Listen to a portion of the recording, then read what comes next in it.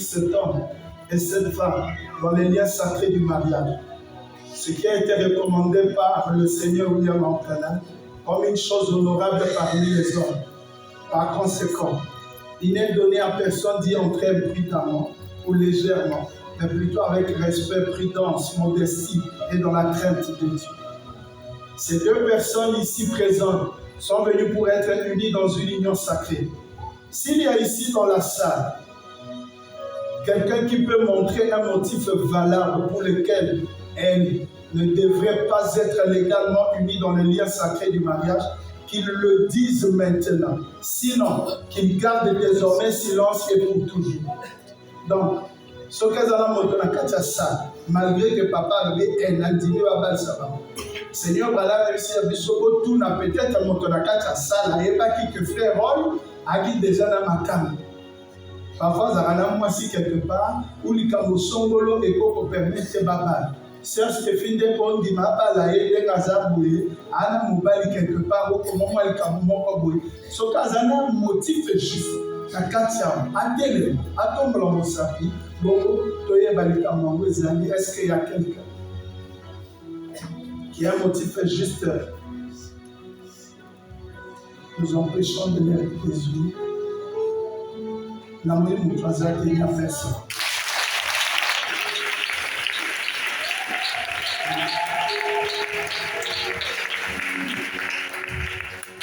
Mais non, na tout mis sur la binomi balé pour nous choisir. Mais pour nous banga nzambi, tout le monde a couple mususu après baba ici bango 4 mois moi ça nous gabota. Dieu il y a 4 mois, donc à des écoutes qui avant du pas. Vous voyez que Seigneur bana a super makambo bonté. Ce qui est zali, pour que ça, tout poussani, tout bomisi en conseil pardon, pour tout continuer. J'exigerai et vous demanderez à vous deux car vous répondrez sûrement au jour du jugement. Quand les secrets de tous les cœurs seront dévoilés, que si l'un de vous connaît un quelconque obstacle qui empêcherait que vous soyez légalement unis dans ces liens sacrés de mariage, qui le confesse maintenant.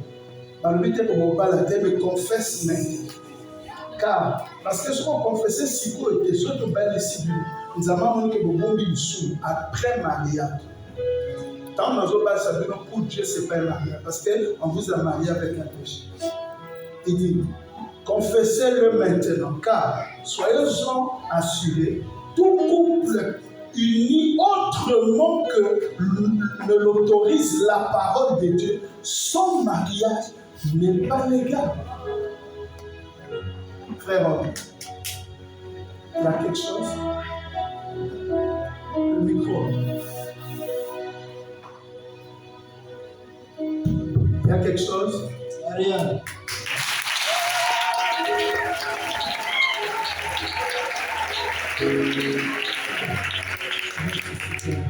Sœur Stéphie.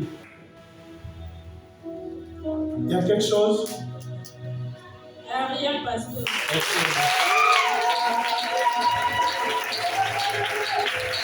Nous croyons que, bien entendu, que vous avez considéré cet engagement solennel, que vous êtes sur le point de prendre et que vous vous êtes préparé à y entrer sur la même base avec révérence, prudence, modestie et dans la crainte de Dieu. Je vous demanderai de faire l'alliance de mariage. Veuillez attester la même chose en joignant vos mains droites sur la Bible du ministre.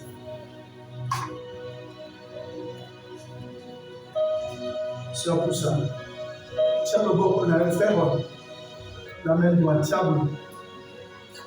Il y a un problème. Ok.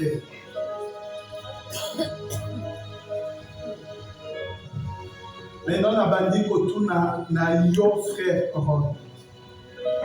Acceptez-vous cette femme comme votre épouse légitime pour vivre avec elle dans cette union sacrée de mariage?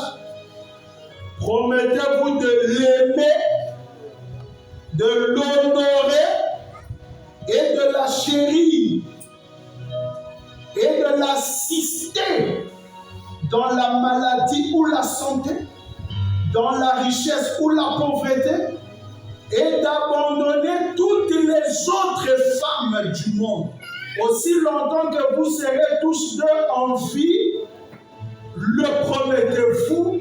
Oui, je le promets.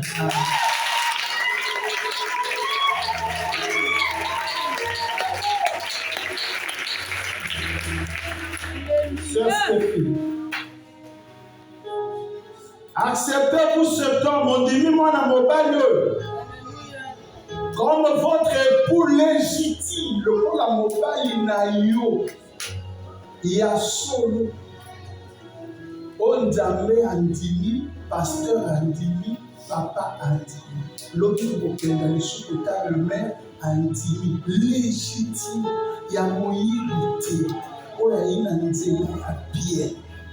Pour vivre avec lui dans cette sainte union sacrée de mariage, promettez-vous de l'aimer, l'honorer, le chérir et de l'assister aux appels dans la maladie ou la bonne santé, dans la richesse ou la pauvreté, et de ne vous attacher qu'à lui. Tant que vous serez tous deux en vie, en promettant d'abandonner tous les hommes de la terre pour ne rester qu'à vous, aussi longtemps que vous serez tous deux en vie et que seule la mort vous sépare. Le promets-tu? Je le promets, pasteur.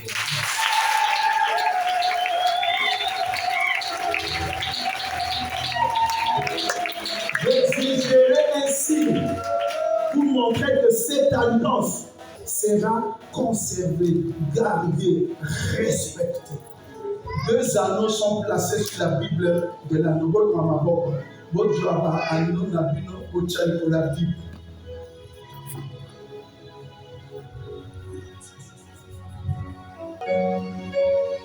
Ok. Bon, tu peux partir. Merci.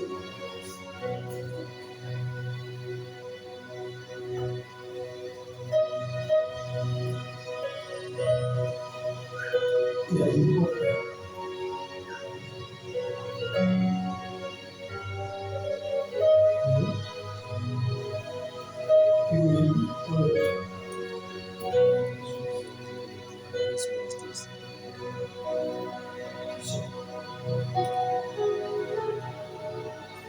Sous vos affaires.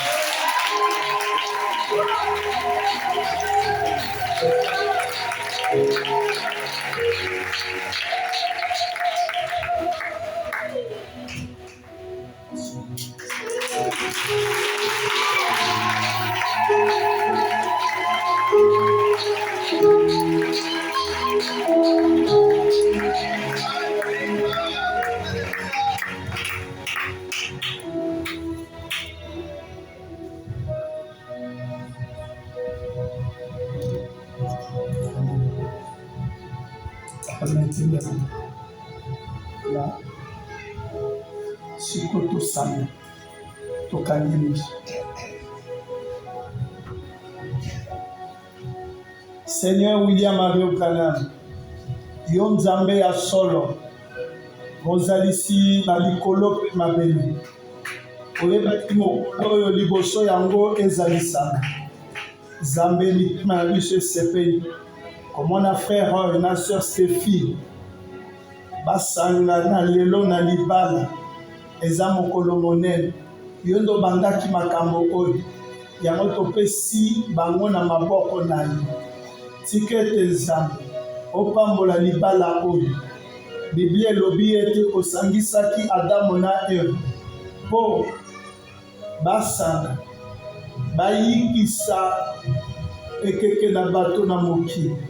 Tika ete bango pe babota bazwa bana bakoma moko na mitema na bango po ete liloba na oyo ekokisama oyo elobi ete ils deviendront une seule chair.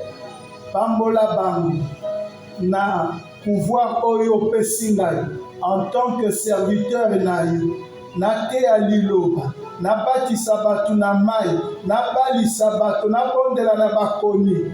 awa lelo nasengi na kombo na yo William Mario Branham bakomi mwasi na mobali pe na pamboli bango na kombo na yo William Mario Branham. Amen. Merci. Topesa Nzambe lokumu.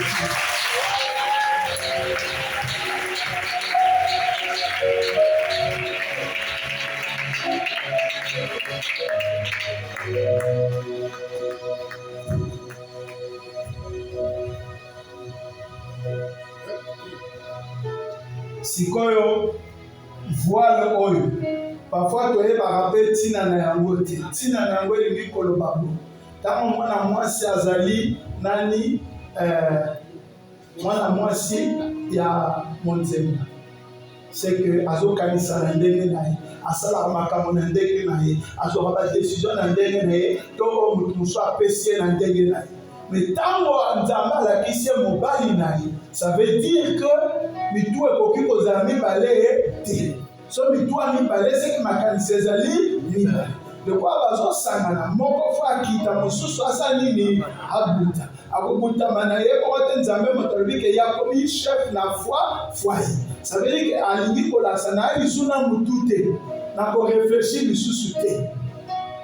Oyebaka soki nga no toaki na mwa badini na biso twakoyokana na minito so obengi bato osandeli moye naloba ete nalobaka fo natuna motu na ngai mobali na nga fo apesa nzela so apesi nzela ete moye na osala ngo yango nde elingi kolakisa na yesu na motu te nga nakomi ka nzoto motu na ngai ekomi frere siko frere osoti elembo Nzambe asi apesi mwasi longola ye elembo mpo ndima okonzi oyo apesi.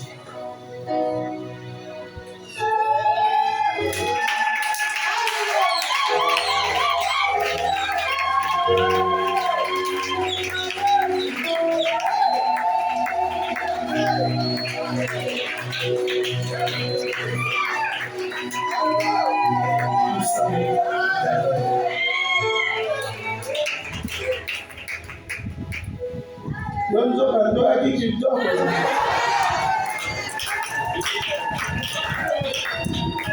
Omoni kambo soki nani mwasi azalaka pwe tomoni elekola kambo. Moso moto amonani asopuente amosombe mwa mafuta bato siko yaki boye. Siko omaso Nzambe la biso lakisa kontinu esalabisa la biso eza ya basasi ya bapakana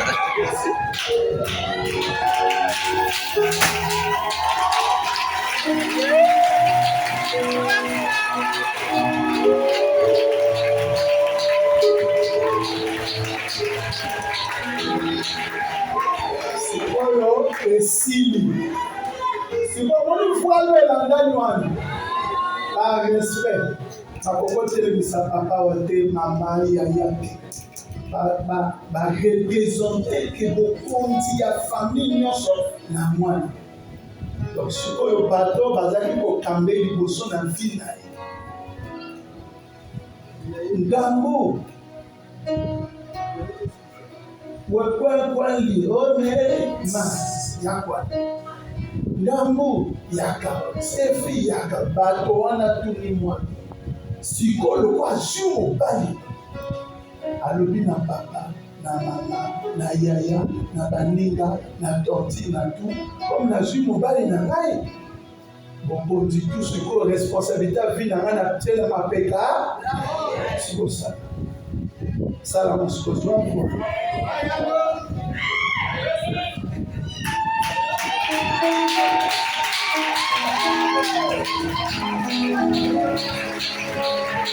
la boloko de tsaye sina na kiko la pielo siendo ekalia kote duro hable mamwa ya sene ya boloko frère okoti boloko batie oshana kiko one makoli kolo nani era musique tellement makambo bambaka malemba elo kosakana na ngoto elingo lakisani frère mwana mwasi alobi mafuta na ngai savon na ngai sandale mungwa sucre soki nasengeli na mwa fauteuil na ndako makambo ya kofashe l'huile eza te ono nasalaka tro moto atindaki yo kota na likambo oyo. C'est pourquoi l'IPA les est responsable. Frère, sauf que c'est là qu'on a le moment.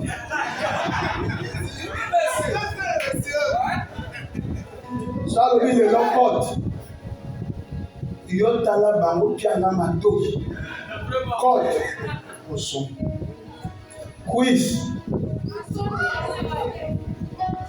Libongo.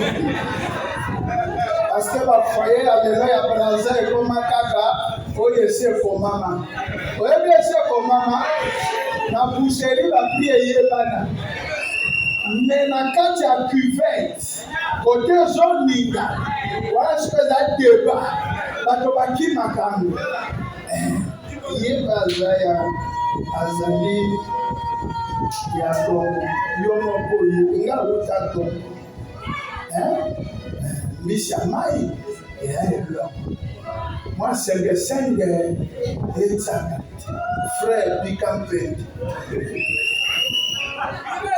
et donc quand c'est comme ça la foyer à côte na ya cuisse à bon senga li bongo lobi mongusu mosoiro magamba kolela ona famille ezotala ngakapo ese bapengaki yo moko yikolu soko lembi odémissionne tobandi yango papa récupéré sur mwana na atie sur le marché capable ake tokoyi incapable oyo aplane yo lobi asala keno c'est frère Brana akovanda ndako mwasi ana badésir suki bain d'huile shampoing mosusu kotiaka wana gel ezozoyokaka na olala te gel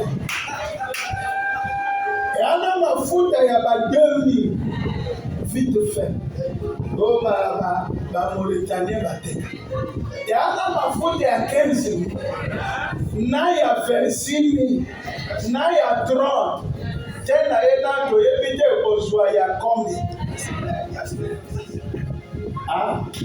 ngasukiwa que Dieu vous bénisse. Allez dans la paix du Seigneur. Que le Seigneur, William, Mario, Branham, qu'il vous bénisse. Qu'il les bénisse aussi richement. Amen. Père, vous êtes mariés. Merci beaucoup. Dieu te bénisse, Sophie. Dieu te bénisse. Vivez très heureux au nom du Seigneur. Que Dieu vous bénisse. Na libala babina. Hein?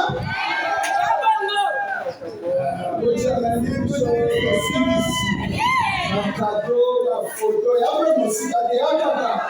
Au kata makolo. Il y a pas de programme pour moi à payer ça. Non, moi je n'ai pas de